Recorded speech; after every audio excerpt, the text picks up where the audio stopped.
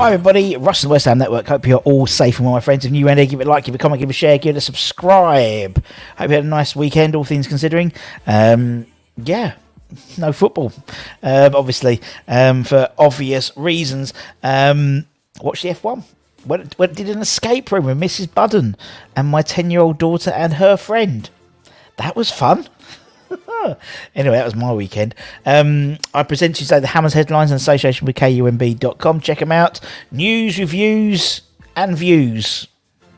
Yeah, forum, news channel, all the news site. You know, it's a great sort of central place to get all the information. So check out KUMB.com if you haven't. They've been going for almost over 25 years now, I believe. So if you haven't, check them out now. In terms of Hammers headlines today, we'll give you something a bit different. We've got there's not much West Hammy news out today. I covered at lunchtime today maybe a potential selection headache crisis for David Moyes, with news that Tommy Souček is back from his injury and is available for selection for Thursday for the Silk Ball game. Obviously, Flynn Downs had a fantastic debut, sort of Europa League debut. Europa Conference League debut against FCSB on Thursday, and apparently Cornet is still got a knock and he won't be available for selection. Obviously Cornet, he was sort of injured in the penalty, so we'll see what happens there. But we've got plenty of players out on loan. I think there's about 10 players we've got out on loan. So what I thought to do today is do a bit of a quick overview in terms of how everyone's playing, if they're getting game time, if they're on the bench, that type of thing. So we'll start off with Joseph Anang. He cut his loan spell short from St Patrick's Athletic. You may remember the Irish League played a little bit later on, but he cut it short. By all accounts, demanding that it was cut short. Otherwise, he wasn't going to travel to. It was one of the Europa Conference League ties, and he was going to refuse unless he was granted basically a release of his loan so he could go to Derby. He hasn't made his debut. He hasn't made any debut for Derby just yet, since joining on loan last month. He did make the bench for their goalless draw with Shrewsbury Town shortly after arriving at Pride Park. However, he's been sidelined for up to 6 weeks with an arm injury, believed to be almost a fracture or a broken arm or something like that. So you're not going to get much game time for him for at least next 6 weeks. And as the way the Derby team works, he was like third choice already. So not many minutes going to happen for Joseph. Let's move on to Manny Longello. He joined Championship side Birmingham City in the last few days of the transfer window. But similar to Anang, he's yet to feature for his new side since joining him on loan. Obviously, he played twice for David Moyes, his first team. He played full 90 minutes last season in the Europa League against Dinamo Zagreb at home, as well as minutes against Hull in the Carabao Cup, I think it was a couple of years ago. So hopefully he's hoping to make his Championship debut when Birmingham play West Brom, their West Midlands rivals, in the Championship on Wednesday. Similarly, obviously, all the Football League didn't play over the weekend, so they've got a Championship have got weekend fixtures, midweek fixtures, so he may well get some game time there. Let's move on and talk about Danny Chester's. Dan Chester's on loan to Colchester United, the League Two side, trying to get some experience with them. He's come off the bench twice in League Two since arriving, in a defeat to Tranmere Rovers and also a draw with Hartlepool United. He made his full debut in a Papa John's Trophy win over Brighton Hove Albion's under-21s last week, playing 65 minutes before coming off. With appearances all of Colchester's games so far, he's continued to grow his pre-season, where he scored for West Ham in a friendly win over Ipswich, wasn't it, during our sort of spout of pre-season games. So Dan's getting some minutes, which is great, which is the whole point of him going, isn't it, really? Let's move on and talk about Meepo. Last year he was on loan to, was it Huddersfield, I think last year he was. He is also, he's at League One at Port Vale. And He's been earning minutes as well, which is great for the Staffordshire-based side.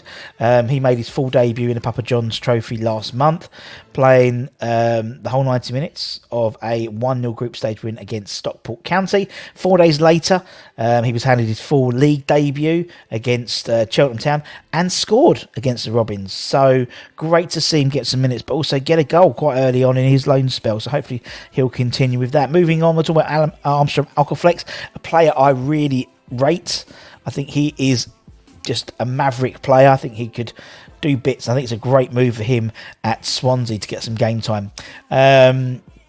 He obviously made his West Ham debut against Viborg, didn't he? Coming in the last few minutes there. And then he switched from Scandinavia to South Wales, joining the Championship side Swansea City on loan. He was left on the bench for the draw with Stoke City shortly after arriving, but since made his debut for the Swans off the bench, playing in the last half hour in their 1-0 victory over QPR last Saturday. And yeah, hopefully it means we'll get some game time. I really, really hope so, because I think he needs it. And Swansea's a great club for him to go to. On that, let's move on and talk about Thierry Neves, who's on loan at Stockport County, just down the road from Armstrong Okoflex.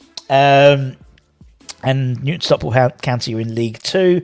He last season scored 8 goals for the West Ham under-21s, and has been a regular starter since moving to Newport, which is great to see. He was left on the bench for wins over Exeter and Portsmouth in the Papa John's Trophy and Carabao Cup respectively, but he started in all 3 league games since his move. His debut came in a home win to Tranmere Rovers before scoring and providing an assist during his away debut, a 4-0 win against Harrogate Town, before keeping his place for the defeat to Exeter City in his other games since. So again, getting some really good minutes and becoming quite an integral part at Newport County. He's an absolute beast. Look, he's you have to see him. If you haven't seen him, he's huge, absolutely huge. Let's move on to someone who you probably didn't realise moved on loan. Jacob Knightbridge, the goalkeeper, currently with Harrow Borough in the Southern League Premier Division South, which is incidentally the 7th tier of English football. He's played in all of 7. He's played in all of 7 of Harrow's matches since moving across all competitions. Mixed fortunes on the pitch, in all honesty. Gets a clean sheet in his debut, great. And Harrow currently sit 20th in the 22-team league with 2 draws and 4 losses from opening games. He was on the wrong side of a 7-0 defeat to league leaders West and Supermare. And he was also shown the red card in Harrow's FA Cup qualifying defeat 4-1 to Bracknell Town last weekend. So if ever the word a mixed bag is to be applied, that's to Jacob's loan spell at the moment. But hopefully he'll settle down and he'll have a few games off suspension anyway, but we'll see. Let's move to the foreign-based loan spells. Let's talk about Arthur Masuaku in positive light, shall we? He was the first one to depart on loan in the summer, was old Arthur. He moved to Besiktas for this season. And I mean, I think it's the first time ever they haven't qualified for Europe. I think so. They finished 6th last season in Super League. And he's played in all 5 of Besiktas' league games and has been somewhat of a key figure in their recent form. That's picked up 13 points from a possible 15. He's been playing at left back and has helped his side keep 1 clean sheet, and has also chipped in 2 assists, keeping a shutdown in his debut, and then back-to-back assists in the subsequent 2 home wins. Besiktas sit top of the league having a laugh, and 2 points clear of their rivals Istanbul Başakşehir, who they play later on today. And I would imagine that he'll likely feature. And they're competing in the group stages of this season's Europa Conference League, old Istanbul. So, you may all see him in the latter stages playing West Ham. Who knows? Let's talk about Vlasic. Again, another player who seems to be relishing since moving on loan. He left to join, as we know, Torino. Like Masuaku, Vlasic has played in all of his loan clubs' league games so far, making his debut as a half-time substitute against Monza. Before 4 straight starts against Lazio, Cremonese, Atalanta and Lecce. In the latter of those 3, he's found the net in all of them. He's scored in the last 3 goals, and one of them, a couple of actually bangers, absolute bangers. Check him out on Twitter. Torino currently sit 9th in Serie A standings with 10 points from 18 so far. They lost the weekend to Inter Milan, I believe. Also, incidentally, in Serie A, top of the goal scoring charts, one Mr. Marko Arnautovic for Bologna. I think he scored 6 goals so far for Bologna. He's absolutely smashing it over there. And last but no means least, let's talk about Nathan Trott. And a slightly unusual loan spell for Nathan Trott. A bit left field. In terms of he moved to league leaders. I think they're in the 2nd tier. I think so. But Vrejli. Yep, I'll go with it.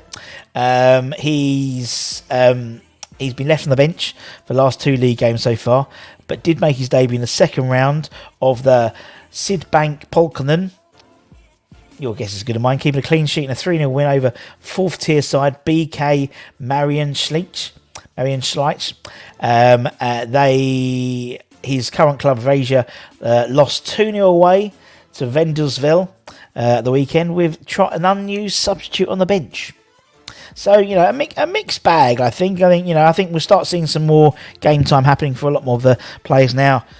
We've had the postponement of the football this weekend, so we've obviously got midweek games in the Championship and Premier League, and not in the Premier League, in the in the Championship and in the League 1 and 2. So maybe we'll see some game time for some of the boys now. We'll keep you on top of everything.